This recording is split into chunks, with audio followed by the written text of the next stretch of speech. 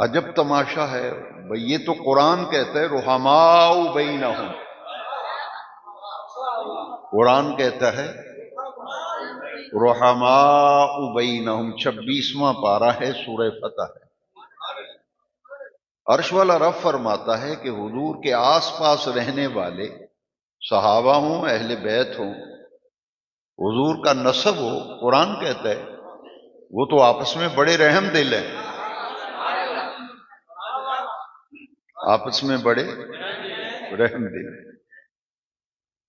میں ان سب سے پوچھتا ہوں کہ بیان کے نیچے یہ کمنٹس کرنا آسان ہے، لیکن میں پوچھ سکتا ہوں کہ اس کا راوی کون ہے، بتائیں مجھے۔ پہلے حدیث سن لیں۔ النظر الی وجہ علی عبادت، نبی کریم علیہ السلام نے فرمایا کہ علی پاک کا چہرہ دیکھنا عبادت ہے۔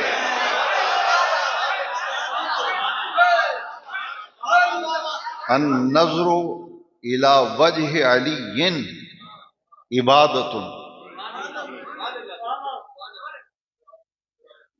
اگر آپ پر نیند کا غلبہ نہیں اور سردی سے متاثر نہیں ہوئے تو سب سے پہلے حوالہ نوٹ کر لیجئے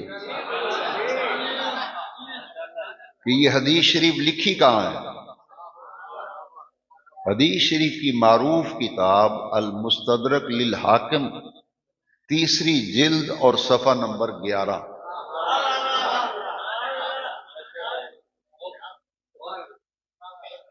نوجوانوں ذرا توجہ رکھنا، حدیث میں نے پہلے سنائی، النظر الی وجہ علی عبادت،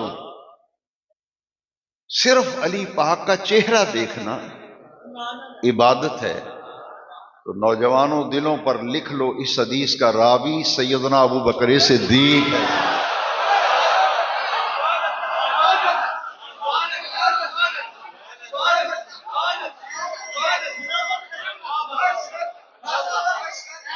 ابھی آپ نے ہمارے جو مہمان ثنا خان ہیں، انہوں نے بھی اپنے کلام میں اس طرف اشارہ کیا ہے کہ لوگ ہوائیاں اڑاتے ہیں، بے پر کی باتیں کرتے ہیں، تو سوچ لو یہ جو حدیث پڑھ کے سناتے ہو ممبروں پہ، کیا ہم پوچھ سکتے ہیں کہ اس حدیث کا راوی تو ذرا بتا دیں، اس حدیث کا راوی تو بتا دیں۔